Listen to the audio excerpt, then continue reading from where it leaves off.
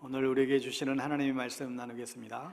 누가복음 17장 11절에서 19절 말씀입니다.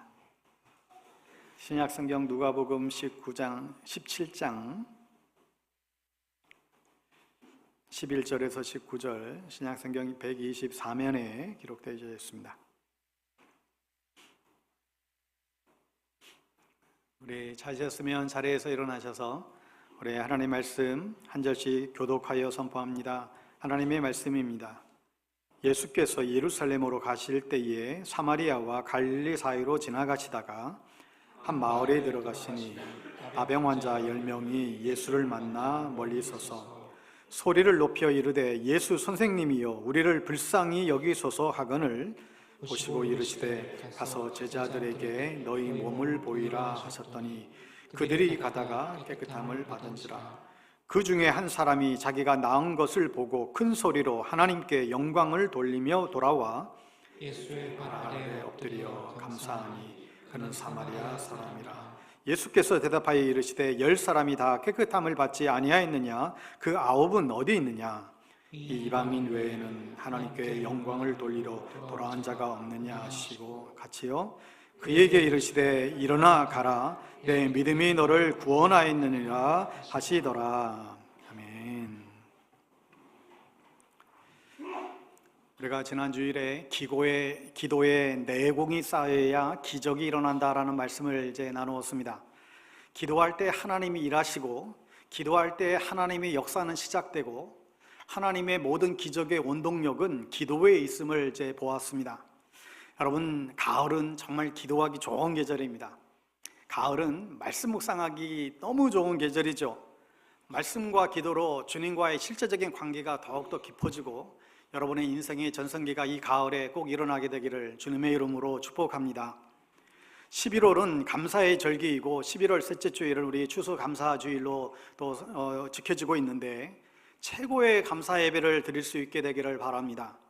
오늘은 감사하면 기적이 일어난다, 이 주제로 하나님의 말씀 증거하겠습니다. 톨스토이의 그 민화 가운데에 루이 14세를 이제 빗댄 아주 재미있는 풍자가 이야기가 있습니다. 루이 14세는 프랑스에서 절대 권력을 그렇게 휘둘렀던 왕이지요. 그런데 이 왕이 자기가 하고 싶은 것들은 모든 걸 다 이룰 수 있고 내가 원치 않으면 모든 것들을 다 어느 누구도 그것을 할 수 없는 정말 무시무시한 그런 독재자여 있는데 그만 이 사람이 병에 걸려 들어눕게 되었습니다. 그 유명하다던 그 궁중에 의사들 와도 소용이 없고 이런 약을 먹고 저런 약을 먹어도 아무런 소용이 없는 거예요. 그래서 어떻게 하면 좋을까? 신하들은 백방으로 소문을 내고 또 그 왕자들도 그 왕의 그 치료약을 위해서 무슨 방법이 없을까 이렇게 찾아다녔습니다. 그런데 어느 도사님이 있는데 그분은 모르시는 게 없다라는 거예요. 그래서 그 도사를 모시게 됐어요. 근데 이 도사가 말하기를 한 가지 비책이 있습니다. 그게 뭔데요? 이게 좀 어려운데요. 말해보세요. 이 세상에서 가장 행복한 사람의 속옷을 얻어다가 입으면 그 병이 치료됩니다. 그래서 그때부터 이 세상에서 가장 행복한 사람을 이제 찾기를 시작한 것이죠. 그런데 의외로 세상에서 행복한 사람을 찾기가 쉽지가 않은 거예요. 그런데 한 왕자님이 어느 산골을 가다가 어느 산속에 한 오두막 속에 한 집이 있는데 그 집에서 뭔가 뭐를 깔깔거리며 웃는 그 가정의 웃음소리가 터져 나오는 것을 듣게 되죠. 저 가정이 뭔가 좀 다르네. 저 가정이 굉장히 좀 행복한 가정인 것 같은 느낌이 들어서 그 가정 안으로 이렇게 들어갔어요. 들어가 봤더니 그 가족이 그 오손도손 모여서 이분들이 얼마나 행복하게 사는지, 하나님 감사합니다. 먹을 것 주셔서 감사합니다. 우리 자식들, 식구들 주셔서 하나님 감사합니다. 그렇게 감사하며 그렇게 기도하고 정말 음식도 보잘것 없는데도 너무너무 행복해하는 그런 모습을 그가 보았어요. 그래서 이 왕자님이 그 집주인에게 부탁을 합니다. 제가 청이 있습니다. 우리 같은 사람들에게 무슨 청이 있다니요? 제가 다ним해 보니까 이 댁이 가장 행복한 가정인 것 같은데 속옷을 벗어서 새겨 주시면 제가 당신의 원하는 소원 다 들어드리겠습니다. 그러자 그 주인이 말하기를 저는 속옷도 없이 살아요. 그래서 결국은 이 왕을 도와줄 수가 없고 그랬더니 이 톨스토이의 이제 우화입니다.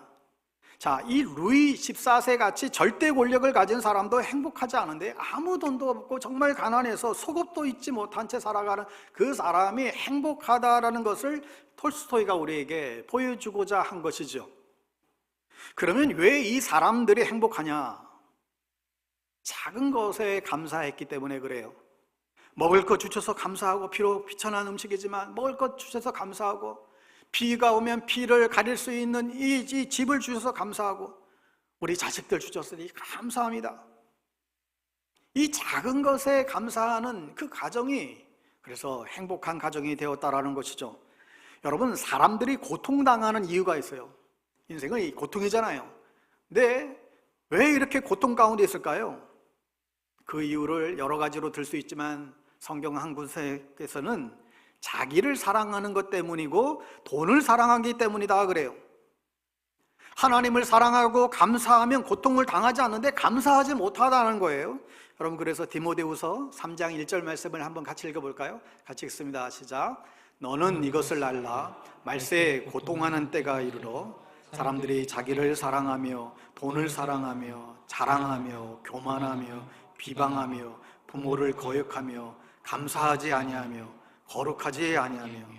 자, 자기를 사랑하고 돈을 사랑하고 감사하지 않는 것이 말세의 징조라는 거예요. 사랑하는 여러분, 이번 11월 달은 자기를 사랑하지 말고 돈을 사랑하지 말고 작은 것부터 감사하는 11월 달이 될 수 있게 되기를 축복합니다. 여러분, 조금 가난하면 어때요? 속옷 안 입은 사람도 행복한다는데 그래도 우리는 속옷 다 입고 계시잖아요.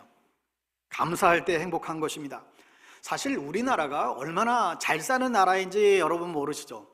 어쩌면 미국과 영국보다도 우리나라가 더 잘 사는 것 같아요. 어떤 면에서는 먹는 것, 입는 것, 또 굶주려 죽는 사람들 그 비율을 보게 되면 상대적으로 우리가 그렇게 많지 않아요. 그런데 통계에 의하면 OECD 34개 국가 중에 행복지수가 우리나라가 상당히 낮아요. 34개 나라 가운데 이 행복지수, 어느 통계에서는 행복지수가 우리나라가 32등이래요.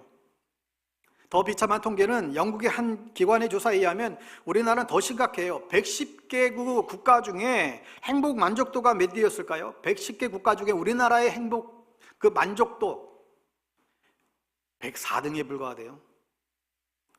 또 우리나라의 43%가 자살 충동을 느꼈던 적이 있대요. 43%면 거의 반에 가까운 비율이잖아요. 자살 충동을 느껴봤다는 거예요. 그리고 우리나라는 50대가 가장 불행하다고 느낀대요. 일본의 한 조사에서도 한국과 미국과 일본과 또 이 중국의 청소년들을 대상으로 한 조사에서 어느 나라의 청소년들이 가장 돈에 집착하는가, 그렇게 설문조사를 했어요. 역시나 우리나라 청소년들이 가장 돈에 집착한다고 결과가 나왔어요. 여러분, 그러다 보니까 우리나라 이 청소년들의 꿈이 뭐예요? 장래 희망이 건물주예요. 왜 그럴까요? 그 이유 중에 하나가 감사할 줄을 몰라서다는 거예요. 감사할 줄을 모른대요. 잘 살아도 감사할 줄 모르고, 은혜를 입어도 감사할 줄을 모르고, 불평은 말은 그냥 잘 하는데 감사할 줄 모른다는 거예요. 이스라엘과 미국을 몇 년씩 오가면서 사셨던 한 분이 계신데, 이분이 말하기를 한국과 이스라엘에 없는 미국에만 더 있는 문화가 있대요. 그걸 자기가 느꼈다는, 그게 뭐냐면 감사 문화래요. 예를 들어서 이 미국 사람들은 아주 조그만 선물을 받아도 꼭 감사 편지가 이렇게 답장으로 온다는 거예요. 만약에 사회생활하면서 감사 편지를 제대로 하지 못하면 이게 사회생활 실패자가 된다는 것이죠. 그래서 조그만 선물을 받아도 꼭 고맙다라고 하는 이 땡큐 카드를 꼭 보내다는 거예요. 이게 그 사람들의 이제 생활화가 이제 됐다는 것입니다. 그래서 자기도 이제는 무슨 선물을 받으면 꼭 감사 편지를 쓰게 됐다는 것이죠. 여러분, 제가 이런 것을 느끼는 것은, 이 감사하는 것도 이렇게 배워야 하는 거구나. 감사하고 싶어도 때로는 우리가 잘 몰라서, 때로는 또 이걸 또 표현하기가 좀 쑥스러워서 우리가 이제 그냥 넘어갈 때가 많죠. 그런데 여러분, 감사 카드를 적어서 이렇게 쓰는 게 훈련이 되면 아주 좋을 것 같아요. 여러분, 감사를 표현할 줄 아는 성도님들이 다 되시기를 주님의 이름으로 축복합니다. 그러면 어떻게 감사를 표현하며 살아갈 수 있을까요? 여러분, 우선적으로 가장 가까운 우리 가족들에게 감사하는 법을 배우셔야 됩니다. 누구에게 감사하는 법을 배워야 된다고요?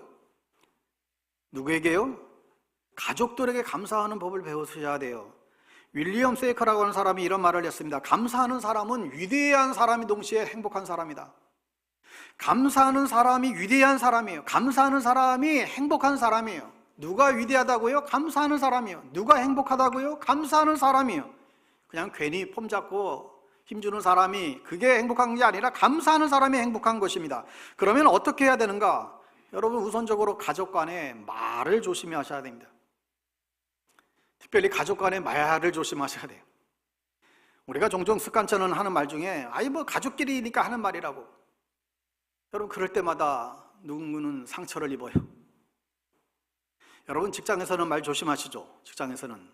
직장에서 말 조심 안 하면 안 되잖아요. 뭐 잘릴 거 각오하고 하면 모르겠지만 함부로 말 못합니다. 하물며 직장에서도 말 조심하는데 가족 구성원들은 더 말 조심하셔야 돼요. 왜요? 직장 동료들도 다 소중한 분이신데 여러분, 가족 구성원은 더 소중하기 때문에 여러분, 가족 구성원들에게 더 말 조심해야 한다는 것이죠. 가족이라고 말을 함부로 하게 되면 여러분, 이 문제들이, 갈등들이 생겨납니다. 여러분, 직장 생활하다가 옆에 있는 김대리가 조그만 것을 도와줘도 여러분 어떻게 표현합니까? 아유, 김대리 고마워, 내 잊지 않을게. 이 고마움을 표시하죠. 그런데 가족 간에는 도와주어도 고맙다는 말 한마디를 잘 안 하게 돼요. 아내가 남편을 그렇게 도와줘도 남편들이 얼마나 무심한지, 1년 365일 내가 해주는 밥을 먹고 있으면서도 아내에게 고맙다는 말을 한마디로 안 하시는 인간들이 계세요. 누군가 그래요. 그게 인간입니까? 짐승이지. 아니, 밥 먹었으면 고맙다는 말 한마디도 안 하고 어떻게 그렇게 먹을 수가 있냐고. 나는 간이 떨려서 그렇게 못합니다. 저도 툭하면 그 꼭 말로 해야 하나? 아무 말이 없으면 맛있다는 거지. 이럴 때가 종종 있었어요. 지금은 그래도 많이 나아지고 있는데, 근데 애들은 밥 먹으면서 엄마 맛있어요, 엄마 고마워요, 이렇게 늘 그래요. 그럼 옆에서 나도 그렇죠.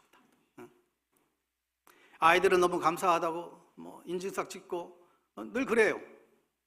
여러분, 그런데 1년이 아니라 2년, 3년, 10년, 20년, 30년을 해주는 밥을 먹으면서도 감사하다고 말 한마디 안 하고 잡수시는 분들이 계신다고 한다면 간이 대단히 크시던가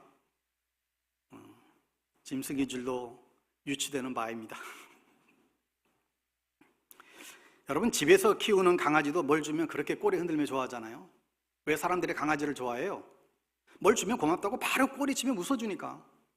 자기 밥 주는 사람을 알아요. 근데 우리는 이게 잘 안 되는 거예요. 우리에게 밥을 내주는 아내나 우리 어머니에게 몰라주고 이런 모습들이 있죠.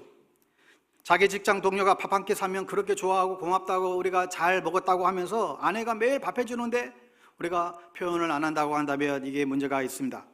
여러분, 우리 모두가 인간답게 밥을 먹으면 맛있다라고 고맙다고 표현하며 사시기를 바랍니다. 저처럼 속으로만 하지 마시고 입으로 소리를 내어 할 수 있는 저와 여러분 되시기를 바랍니다. 교회에서 식사를 하실 때도 여러분, 그 식사 준비하느라고 수고하시는 분들 감사하다고, 맛있게 잘 먹었다고 여러분 표현하시기를 바랍니다. 여러분이 외부의 식당에 가셔서 식당에서 식사를 할 때도 여러분 꼭 서빙하는 분들에게 감사하다고 하고 잘 먹었다고 인사하는 것이 예의인 거예요. 설령 맛이 없어도 우리끼리는 그런 얘기 할 수 있어도 그분들에게는 감사의 표현을 하셔야 되죠.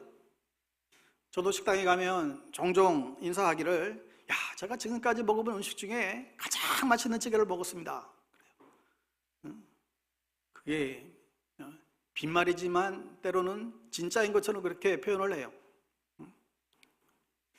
여러분, 가족 간에 고맙습니다, 감사합니다, 자기야 고마워, 너무 고마워, 감사해, 정말 자기 최고야, 여러분 이런 말들을 더 많이 할 수 있게 되기를 바랍니다. 그러면 가정이 행복하고 평안해져요. 두 번째로는 자녀들에게 감사해야 됩니다. 예전에 김동훈 목사님이 쓰신 자식들의 은혜를 자식들의 은혜를 아는 부모가 되잖아요. 이렇게 비슷한 책이 있었어요. 이게 역발상이죠. 우리가 부모의 은혜를 알자고만 늘 듣다 왔다가 자식의 은혜를 아는 부모가 되자는 거예요. 그러니까 한마디로 얘기하면 자식이 부모에게 주는 그 기쁨과 행복이 너무나 크잖아요. 그걸 감사하자는 거예요. 자녀들에게 감사할 때는 꼭 뭐 자녀들이 뭔가를 이루어서만 감사하는 것이 아니라 애가 공부 잘했다고 감사하고 뭐 회장 됐다고 감사하고 뭔가를 이루었다고 뭐 그럴 때만 감사해서 되는 게 아니라 어떻게 감사해야 되는가? 너는 너 애니까 그것으로 감사하자는 거예요. 야, 우리 가정에 너를 하나님이 선물로 보내주실 때 너가 우리 가정에 내 자녀가 된 것이 너무 기뻐. 너의 존재가 엄마 아빠의 가장 큰 기쁨이야. 아이들 존재 자체로 우리는 기뻐하고 감사할 수 있어야 되죠. 여러분, 애가 공부 못하는 이유를 아세요? 공부 못하는 애가 있으면 그 공부 못하는 이유가 어디 있는지 아세요? 아빠 때문이요. 아니면 엄마 때문이던가. 아빠 엄마 닮아서 그래요. 나쁜 것은 신기하게 닮읍디다. 그러니까 잔소리하지 말라는 거예요. 이 부모의 이게 유전자를 닮아서 그런 거니까. 혹 뭔가를 못하면 아이고 나 닮아서 그러구나 격려하고 응원하고 그러면 그 유전자 조직을 뚫고 새로운 역사가 일어날 줄 믿습니다. 그러니 우리가 자녀들에게도 되도록이면 잔소리하지 말고 너 나 닮아서 너무 이쁘구나. 너 공부 못하는 거 나 닮은 거야. 괜찮아. 너 괜찮아. 하나님이 너 축복하실 거야. 너가 정말 하나님 잘 믿고 건강하기만 한 것만 봐도 너무너무 나는 기뻐. 아이들을 우리가 그렇게 격려해야 됩니다. 또 자녀들 가운데 특별히 아픈 자녀들 있잖아요. 아픈 새끼손가락의 자녀들은 더 감사하고 더 이뻐하고 더 사랑을 주어야 돼. 너는 비록 아프지만 내가 너를 더 사랑해. 너는 아픈 만큼 엄마 마음은 더 아프지만 그만큼 나는 누구보다도 나는 너를 더 사랑해. 그러니까 이 아이가 내 새끼니까 그 모습 그대로 우리가 이뻐하는 거죠. 근데 거기에 어떤 조건을 우리가 달면 안 돼요. 너가 이러니까 기뻐하고 너 다음에 뭐 하면 뭐 해주고 이런 우리 이 조건부의 사랑을 하지 말자는 거죠. 여러분, 우리가 조건부로 아이들을 사랑하게 되면 아이들이 엄마가 나를 공부 잘해야만 나를 사랑하는구나. 내가 공부 못하면 엄마를 나를 미워하는구나. 그렇지 않잖아요. 우리가 아이들 그 존재로 우리가 기뻐하고 감사하면서 우리가 키울 수 있어야 됩니다. 여러분, 아이들에게 잔소리하지 마시고 내가 우리 아이에게 무슨 말을 하면 우리 아이가 기뻐할까? 이 생각을 해보세요. 우리 자녀들이 무슨 말을 듣기를 좋아할까? 너 언제 시집가고 장가갈래? 40 넘은 딸 보고 무슨 말을 이게 아니라 이 시집 안 간 아주 그 딸에게 무슨 말을 해주면 이 딸이 좋아할까? 이걸 생각해 보자는 거예요. 언젠가 이런 설문조사가 있었어요. 자녀들은 부모로부터 무슨 말을 듣기를 좋아할까? 자녀들이 부모로부터 제일 듣고 싶은 말이 이게 1순위로 이게 나왔어요. 야, 너 이렇게 자라줘서 너무 고맙다. 너 이렇게 건강히 커져서 너무 고맙다. 이 얘기를 자녀들이 부모들한테 제일 듣고 싶은 말이래요. 그러니까 여러분, 혹 출가한 자녀들이 집에 올 때가 있잖아요. 모처럼 집에 부모님 보러 왔는데 그때 올 때마다 여러분 잔소리하지 마시고 시집 안 간 50이 가까운 딸이 집에 오면 여러분 그거 자체로 이게 얼마나 그게 감사한 일이에요. 요즘은 이제 집에 잘 안 가요. 명절 때도 잘 안 가려고 하고 요즘 어디 가요? 다 여행 가버려요. 근데 집에 가봐야 그냥 부모님들 보나마나 또 잔소리 할 텐데 그러면 더 안 가게 되죠. 그러니까 부모님들은 할 말이 있어도 꾹 참고 그냥 고맙다, 감사하다, 네가 있어서 행복하다, 내가 나의 행복이고 나의 기쁨이다, 이렇게 말하면 얼마나 좋을까요? 근데 이걸 우리는 잘 못해요. 속옷이 없어 살아도 행복하다고 하는데 우리는 자녀도 있고 굶지도 않고 우리가 살아가니 얼마나 감사해요. 여러분, 그러니 자녀들에게도 잔소리 하지 말고 자녀들을 존중해 줄 수 있게 되기를 바랍니다. 그 다음에 배우자들에게도 마찬가지예요. 여러분, 배우자들을 모두 사랑하시죠? 배우자를 사랑하시는 분만 아멘 합시다.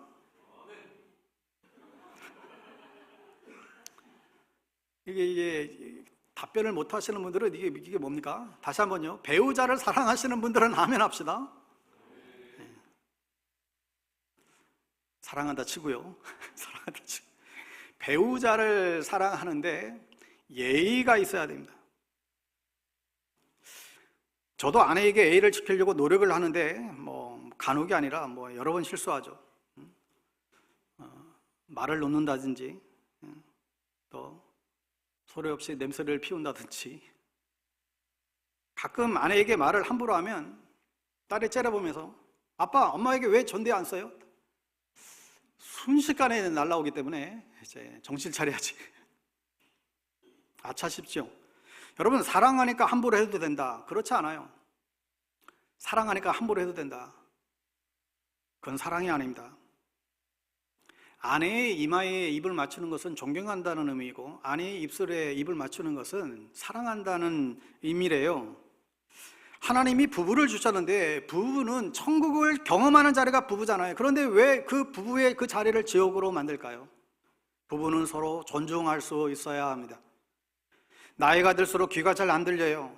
그러면 귀가 잘 안 들리니까 서로 말하는 톤이 막 높아지잖아요. 저도 어르신들과 얘기할 때는 저 톤도 같이 높아져요. 이 잘 안 들리시니까 더 크게 막, 그러면 누가 보면 막 화내는 줄 알아요.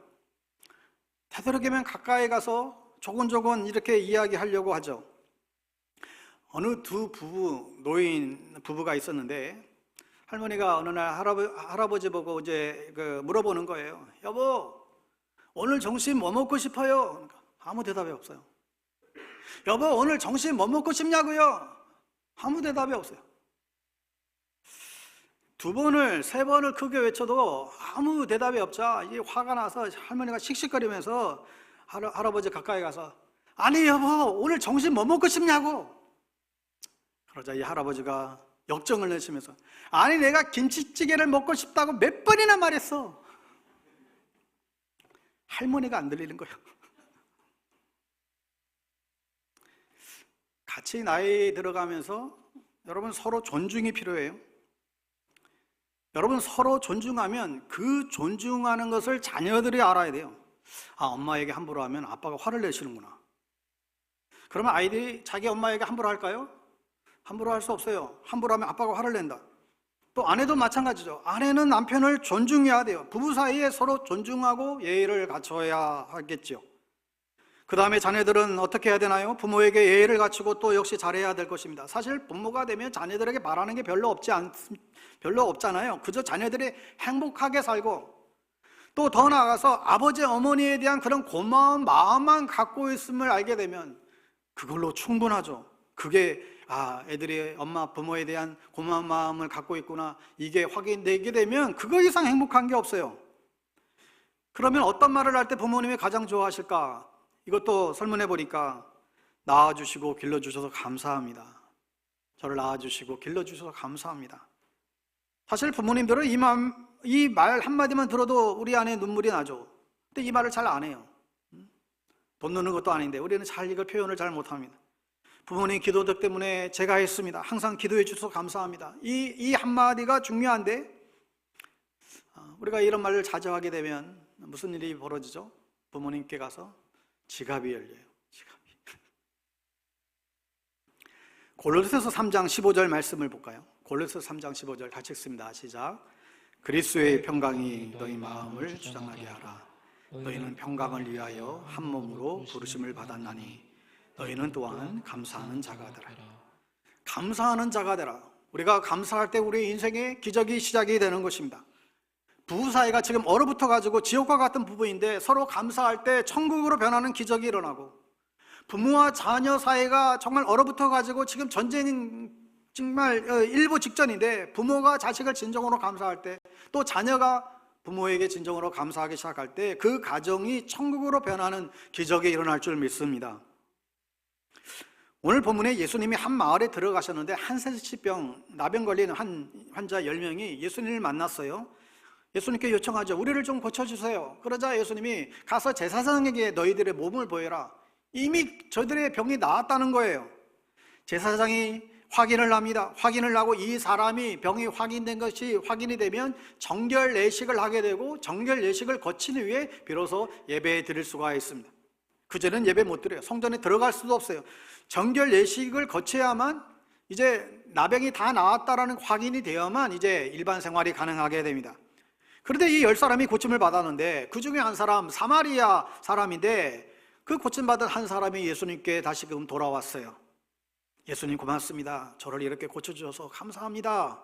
인사하러 왔어요. 그때 예수님이 이렇게 말씀합니다. 17절에 예수께서 대답하여 이르시되 10사람이 다 깨끗함을 받지 아니하였느냐? 그 9은 어디 있느냐?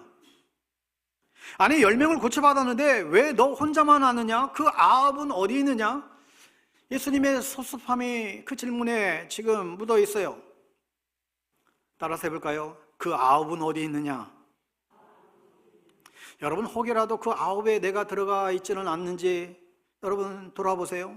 예수님이 왜 서운해하셨을까요? 여러분 본문에 보면 우리가 인생을 살다가 어려움을 당했을 때 감사를 못한 것을 책망하는 게 아니에요. 뭔가를 취득하려고 했는데 시험을 봤는데 시험에 떨어졌는데 감사하지 못해서, 아니면 갑자기 병이 나서 고통 가운데 있을 때 감사하지 못해서, 자기가 계획한 것이 잘 이게 틀어져서 잘 되지 않아서 감사하지 못했다는 그런 말이 아니에요. 네가 병이 나았는데 왜 감사하지 못했느냐 이 얘기를 하는 거예요. 네가 병이 나았는데, 너에게 지금 좋은 일이 생겼는데 왜 감사하지 못했느냐 그 얘기죠. 여러분 한센스병이 나은 것, 이게 좋은 일이 나쁜 일이에요? 지금 병이 나은 것 정말 너무 좋은 일이잖아요. 그렇게 좋은 일이 생겼으면 왜 감사하지 못하느냐, 큰 은혜를 입었는데 왜 그걸 감사하지 못하느냐 그 얘기죠. 그러면서 예수님이 그 9은 어디 있느냐. 제가 이 본문을 묵상을 하다가, 그래 어떤 사람이 하나님 앞에 나와서 하나님 감사합니다, 저에게 집을 주셔서 감사합니다. 그래 박 집사? 그러면 9은 어디 있느냐? 강 집사도 집도 있고 김 집사도 집도 있고 이 집사도 집도 있는데 그 9은 어디 있느냐? 그러지 않을까 싶어요. 어떤 사람이 하나님 앞에 나와서 제가 좋은 차가 생겨서 감사합니다, 그렇게 감사할 때 하나님 그러지 않을까요? 그럼 김권사 차가 있어서 감사해? 그럼 나머지 9은 어디 있느냐? 우리 주위에 환우분들 많이 계신데 우리 환우분들이 다 나음을 받고 치유되기를 저도 계속해서 기도하고 있는데, 그런데 어떤 분이 병에 걸려서 나음을 입었어요. 그래서 하나님께 병 나와서 감사합니다 그럴 때 하나님께서 지금 건강한 9은 어디 있느냐 묻지 않을까요? 이게 무슨 얘기예요? 감사한 일이 생겼을 때 열의 9은 감사하지 않는다는 거예요. 감사한 일이 있을 때 한 사람만 감사하더라. 여러분이 그 9에 들어가지 않게 되기를 바랍니다. 여러분 목사도 인간인지라 때때로 열심히 말씀을 전하고 기도하고 애쓰는데 성도들이 아무런 변화가 없을 때 저 마음에 굉장히 맥이 빠질 때가 있죠. 그런데 어떤 분이 제가 목사님 어느 날 설교를 듣고 제 인생에도 하나님의 시나리오가 있다는 것을 알고 내 인생에도 하나님의 기적이 일어난다는 이 사실을 그걸 듣고 제가 힘을 얻어서 그 이후로 제 삶 가운데 굉장히 제 삶이 좀 풍요로워졌습니다. 이런 고백을 와서 하게 될 때 그때 기분이 저도 굉장히 좋아지죠. 여러분 감사를 표현할 때 자기도 좋고 남도 좋고 그런 것입니다. 목회하면서 제가 볼 때 어떤 사람이 제일 감사하는가 그렇게 봤어요. 어떤 사람이 평소에 그렇게 감사를 잘할까 봤는데 남을 잘 돕는 분들이 감사를 잘하더라고요. 남을 잘 도와주는 사람이 그 사람이 되려 도움을 받을 때 더 감사를 표현하는 거예요. 왜 그런가요? 남을 도와보니까 이 돕는 게 힘들거든요. 근데 누가 도와주면, 그래서 그것도 이 남을 도와줘봤던 사람들이 자기가 도움을 받을 때 그 고마움을 더 아는 거예요. 근데 남을 도와준 게 없고 늘 도움만 받는 사람은 감사할 줄도 잘 몰라요. 그래서 이게 이거 도와주고 이거 생색내려고 하네, 이런 얘기나 하게 되죠.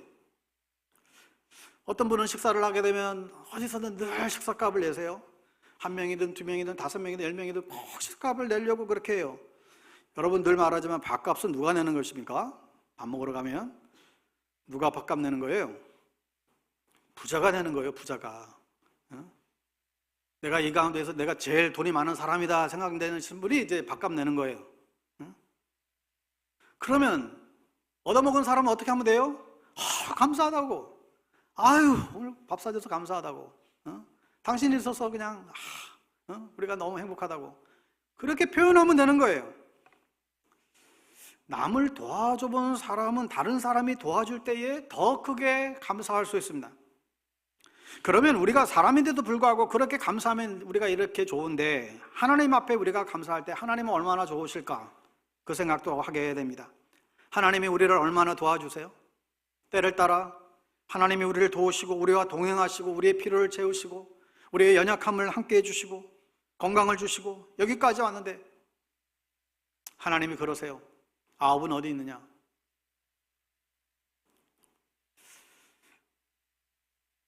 여러분 죄송해요. 우리가 부활주일, 우리 추수감사주일, 성탄 우리 절기, 특별히 우리 절기 때는 구별해서 하나님께 예물을 드리곤 하잖아요. 근데 저희 교회 와보니까 이 절기 헌금이 너무 약해요. 처음에 놀랐어요. 너무 물론 이제 최선을 다해서 절기 헌금 드리신 분도 계시지만 아홉은 어디 있느냐? 모세가 이스라엘 백성에게 한 말씀이 있어요. 신명기 2장 7절에 내 하나님 여호와께서 내가 하는 모든 일에 내게 복을 주시고 내가 이 큰 광야에 두루 다님을 알고 내 하나님 여호와께서 24년 동안 이 40년 동안을 너와 함께 하셨으므로 내게 부족함이 없었느니라 하시기로. 이스라엘 백성이 40년 광야 생활을 했잖아요. 모세가 말하기를 이 40년 동안 하나님이 모든 일에 너에게 복을 주셨다, 이 40년 동안 너희들에게 부족함이 없었다 얘기하는 거예요. 사실 이스라엘 백성이 들으면 이게 도대체 이게 무슨 말이야? 아주 기절할 이야기예요.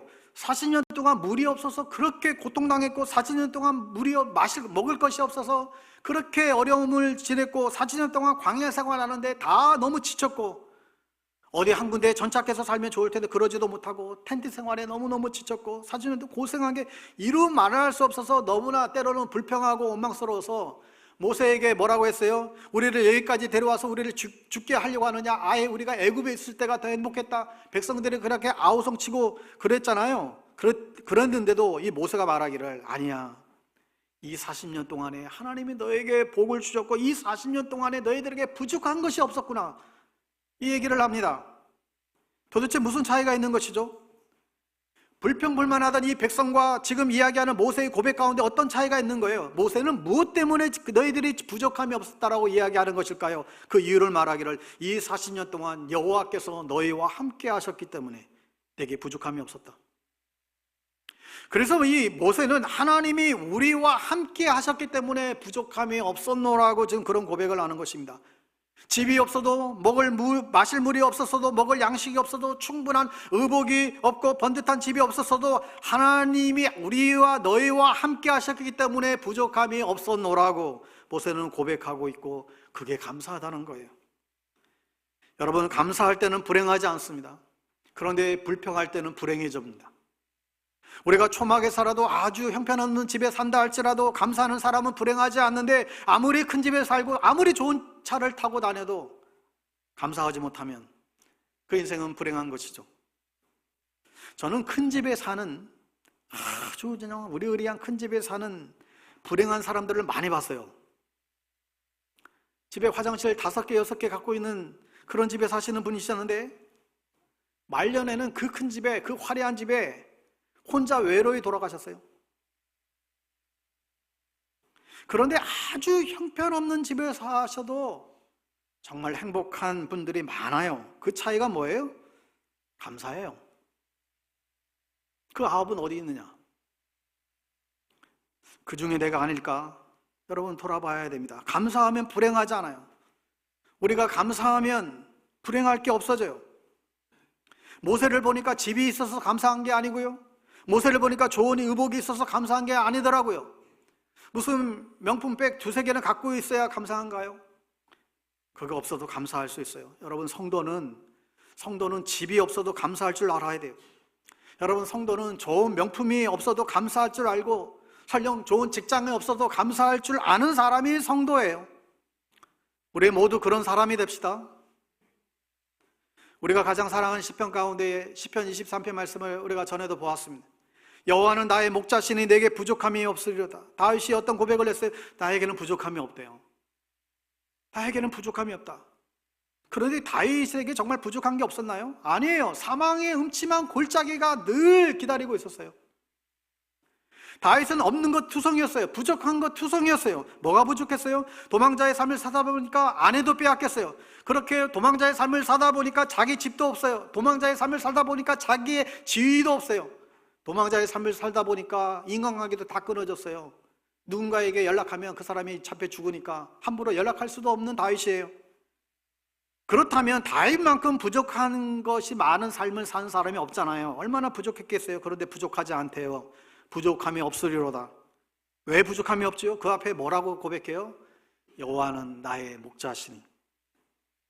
집이 많아서 부족한 것이 없었던 것도 아니고 지위가 없어서 부족한 게 아니구나. 다윗이 부족함이 없었던 이유는 이 단 한 가지구나. 여호와는 나의 목자시니. 하나님이 나에게 있음으로 인하여 부족함이 없었던 것이죠. 여러분, 이것이 우리 신앙인들의 삶의 일체의 비결입니다. 하나님이 계시기에 부족함이 없는 그런 삶을 여러분 모두 사시기를 주의 이름으로 축복합니다. 하나님만 계시면 돼요. 하나님만. 만복의 근원 되시는 그 하나님인데, 만복의 근원 되시는 그 하나님만 나의 하나님이 되신다면 뭐가 문제가 되겠을까요? 하나님을 주인 삼고 살아가는 인생에게 하나님은 최선으로 인도하시고 책임져 주시는 것입니다. 이게 다윗의 고백인데, 그래서 이 다윗의 시편에 보면 얼마나 많은 감사의 고백들이 나오는지 몰라요. 주께 감사하라, 그의 인자하심은 영원하미로다. 주께 감사하라. 이 감사의 고백이 넘쳐나요. 사랑하는 성도 여러분, 그렇게 없는 가운데서도 하나님 앞에 감사할 때에 이런 다윗을 보게 될 때 다윗이 얼마나 귀하게 보이겠어요. 하나님 보실 때 그런 어려움 속에서 감사 고백하는, 찬양하는 다윗을 볼 때 하나님이 얼마나 사랑스러울까요? 그리고 하나님께서 그 다윗에게 복을 주려고 안달나지 않을까요? 다윗은 불행할 때 감사했어요. 그럴 때 다윗의 불행이 끝난 줄 믿으시기 바랍니다. 여러분, 불행할 때 감사하면 불행이 끝나고 그에게 놀라운 인생이 펼쳐지는데, 다윗은 그 나라의 왕이 되고 성군이 되고 그 나라를 세우는 위대한 인물이 되잖아요. 여러분, 혹 불행하다고 느끼십니까? 그럼에도 불구하고 감사가 있을 때에 여러분의 불행이 끝나는 줄 믿으시기 바랍니다. 광야를 통과하며 감사하는 여러분 되시기를 바랍니다. 여러분의 광야가 다 다르잖아요. 여러분이 맡고 있는 광야. 어떤 사람들이 지금 아주 비참한 자리에 있는 형편과 처지가 다 다르지만 기어이 그 광야를 통과하시고 비천한 자리에서 존귀한 자리로 바뀌는 저와 여러분 다 될 수 있기를 바랍니다. 시편 136편 마지막 26절에 보면 이런 말씀이 있어요. 같이 한번 읽어볼까요? 시작. 모든 육체에게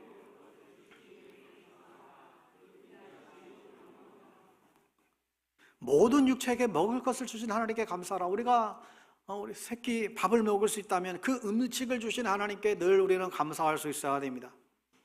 오늘 점심에도 식사가 준비되어 있을 텐데 여러분 먹을 것을 주신 하나님께 감사하시기 바라요. 어려움이 있고 홍해가 내 삶을 가로막아도, 여러분 이번에 다니엘 기도해 보니까 이 표 가운데 하나가 하나님이 일하시는 간증이 주인공이 되자 해서, 하나님이 일하시는 간증이 주인공이 되자. 여러분, 우리가 불행 가운데에서도 감사하면 그 불행이 간증으로 바뀌는 역사가 있음을 믿으시기 바랍니다. 감사하면 불행이 변하여 간증이 된대요. 오늘 본문에 10명의 중에 한 사람이 돌아왔잖아요. 주님께서 나머지 9은 어디 있느냐 물으신 다음에 19절에 이렇게 말씀합니다. 그에게 이르시되 일어나 가라, 내 믿음이 너를 구원하였느니라. 한센병 걸린 사람이 얼마나 감사해요. 그래서 고백했는데 나머지 사람들은 돌아와서 감사하지 않았기 때문에 영생을 얻지 못했어요. 감사한 사람만 구원을 얻고 영생을 얻게 됩니다. 아니, 차라리 한센병 낫지 않았더라면, 그거 낫지 않고 그냥 영생을 소유했다라고 한다면 더 그것이 인생의 축복이었을 텐데, 여러분 이걸 무엇을 보여주는 것입니까? 이 감사하지 않는 것에 대한 심각성이에요. 여러분, 감사하지 않을 때 얼마나 심각한 결과를 주어지는지 우리에게 보여주는 것입니다. 이 사마리아 이방인 한센병 걸린 사람이 주님 앞에 나와 감사합니다 할 때 그는 구원을 받게 되죠. 영생을 소유하게 됐습니다. 육체의 병만 고침받은 것이 아니라 그의 영혼의 그 부유함, 영혼의 구원받고 영생을 소유하게 된 줄 믿습니다. 여러분 감사하시기 바랍니다. 감사하는 사람에게 하나님이 더 큰 복을 주세요. 여러분, 감사하는 기적을 일으키고 감사할 때 불행은 끝나게 됩니다. 이번 11월 달에 우리 방배동교회 모든 성도님들이 감사하며 기적을 경험하는 놀라운 역사가 우리 모두에게 일어나게 되기를 주의 이름으로 축원합니다. 기도하겠습니다. 하나님 아버지, 불평하면 불행할 수밖에 없고 감사하면 우리의 삶에 기적이 일어남을 봅니다. 하나님, 우리 모두가 하나님께 허락하신 모든 것들을 진정으로 감사하며 또 우리가 만나는 모든 사람들에게 진정으로 감사를 표현하며 살아가는 우리 모두 되게 하여 주시옵소서. 예수님의 이름으로 기도합니다. 아멘.